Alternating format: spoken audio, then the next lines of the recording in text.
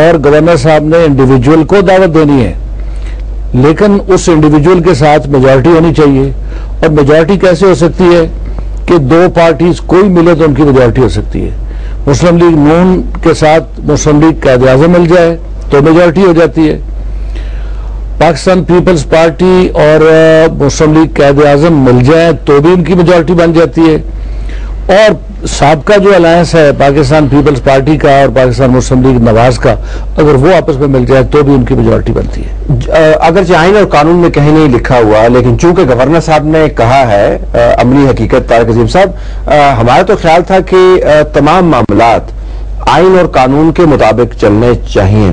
میں ذرا آپ کی پہلے پارٹی کی طرف سے ری ایکشن جاننا چاہوں گا کہ یہ وجہ ہے جس کی وجہ سے وہ گورنر رول نہیں اٹھایا جا رہا جس کے اوپر آپ نے اور آپ کے جنرل سیکرٹری نے اور پارٹی کے دوسرے لیڈران نے ایک واضح پوزیشن لی ہے. آپ کے خیال میں یہ لیجٹمیٹ ریزن ہے to keep the governor on the largest province of this country? جی، ہم نے تو پہلے آپ کے پروگرام میں کہہ چکا ہوں کہ گورنر راج جو تھا بڑی اجرت میں لگایا گیا تھا، اس کی ضرورت نہیں پڑنی چاہیے تھی. اور یہ جو بات اس وقت ہو رہی ہے یہ کراس دا بورڈ اپلائی کرنا چاہیے، ساری جگہ پہ ہونا چاہیے. یہ نہیں کہ پک اینڈ چوز آپ کر لیں. اب اگر سینٹر میں بھی حکومت آپ نے بنانی ہے پیپل پارٹی کا، میں ایگری کرتا ہوں کہ ان کے پاس میجورٹی ان کی تھی. میجورٹی کا مطلب یہ ہے کہ سمپل میجورٹی نہیں تھی، سب سے لارجسٹ پارٹی، تو ان کو حق بنتا ہے سینٹر میں بنانے کا. اسی طرح پی ایم ایل کو بھی حق بنتا ہے کہ وہ وہاں پہ بنائیں پنجاب میں حکومت. لیکن یہی حق ہمارا جو تھا جو چھینا گیا وہاں پہ جب ہارس ٹریڈنگ یا ڈونکی ٹریڈنگ شروع ہوئی وہاں پہ، کہاں پہ تھا یہ بلوچستان میں جب ہوا، وہاں پہ جا کے 18 ہمارے بندے انہی کے لوگوں نے لے لیے. پیپل پارٹی نے 18 میں سے 17 کو بنا دیا گیا، منسٹر بنا دیا گیا، ایک آدمی سے اپوزیشن میں ہے وہاں پہ. تو کیا وہاں پہ یہ بات سمجھ نہیں آئی؟ یہ جب کئی جگہ پہ جا کے پک اینڈ چوز کی پالیسی نہیں ہونی چاہیے کہ ایک جگہ پہ تو ایک رول اپلائی کرتے ہیں، وہاں پہ موریلٹی کا بھی ایشو آ جاتا ہے، کانسٹیٹیوشن کا بھی ایشو آ جاتا ہے، وہاں پہ یاد نہیں آتی بات. لیکن جب ان کو خیال آتا ہے تو پھر جا کے کانسٹیٹیوشن بن جاتا. تو آپ سمجھتے ہیں کہ یہ وجہ نہیں ہے جس کی وجہ سے گورنر رول کو کنٹینیو کرنا چاہیے؟ بالکل. اور یہ بھی دیکھیں آپ کہ کانسٹیٹیوشن میں جو ہے on the floor of the house on the day of the voting, آپ دیکھیں آپ جا کے لیٹس سپوز جا کے دو پارٹی والے کہہ بھی دیتے ہیں، by the time they get to the parliament 2 دن بعد 4 دن بعد جب بھی گورنر صاحب کال کرتے ہیں تو تھنگس کین چینج. تو ان دا فائدہ تو کچھ نہ ہو. آئین اور قانون کیا کہتا ہے اس معاملے پہ ناظرین، اس کے اوپر ابھی ہم آپ کو ایک وضاحت بھی دیں گے. آئین اور قانون کو کوٹ کریں گے کہ گورنر کے اختیارات کیا ہیں، گورنر کیا آؤٹ آف ٹرن بات کر رہے ہیں، اپنے اختیارات سے تجاوز کر رہے ہیں. جس اسمبلی کے اندر اسرٹینمنٹ ہونی ہے اس کی کانسٹیٹیوشنل ریکوائرمنٹ کیا ہے. Let's hair.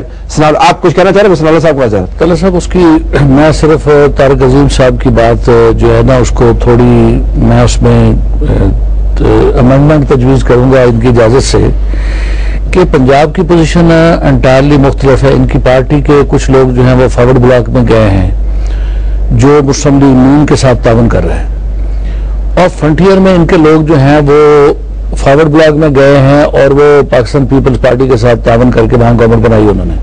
اب پوزیشن میں فرق کیا ہے؟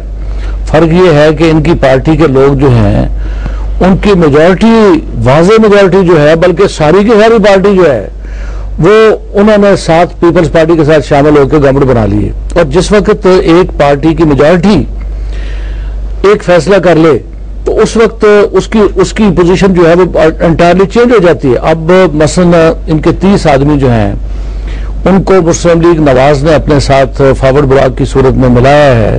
پاکستان مسلم لیگ قائد اعظم کے 30 آدمی، ان کے ٹوٹل ہیں 85.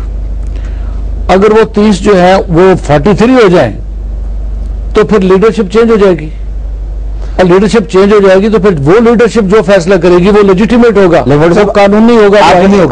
آئی ہوپ کہ آپ کو اپنی اسٹیٹمنٹ کی امپلیکیشنز کا اندازہ ہے. آپ پی ایم ایل این کو یہ انکریج کر رہے ہیں، یہ گورنر صاحب اسٹیٹمنٹ یہ انکریج کر رہے ہیں، تو آپ کو 32 بندے توڑ لیے، 23 اور توڑ لیں، 13 اور توڑ لیں تاکہ ان کی پارٹی فارغ ہو جائے. اور اپنی ہارس ٹریڈنگ میں عرض کرتا ہوں وہ ہارس ٹریڈنگ نہیں ہوگی. پھر اگر وہ 13 چلے جائے نا 7 تو وہ پھر پارٹی کے اندر ہوگی نا، پارٹی کے اندر ریوولٹ ہو گیا. اور پارٹی کے اندر ریوولٹ جو ہے وہ اس انداز میں ہو گیا کہ 13 اور چلے گئے تو فارغ کرنے دیکھیں اس میں آپ انکریج کر رہے ہیں. میں انکریج نہیں کر رہا، میں آپ کی اس بات کا جواب دے رہا ہوں.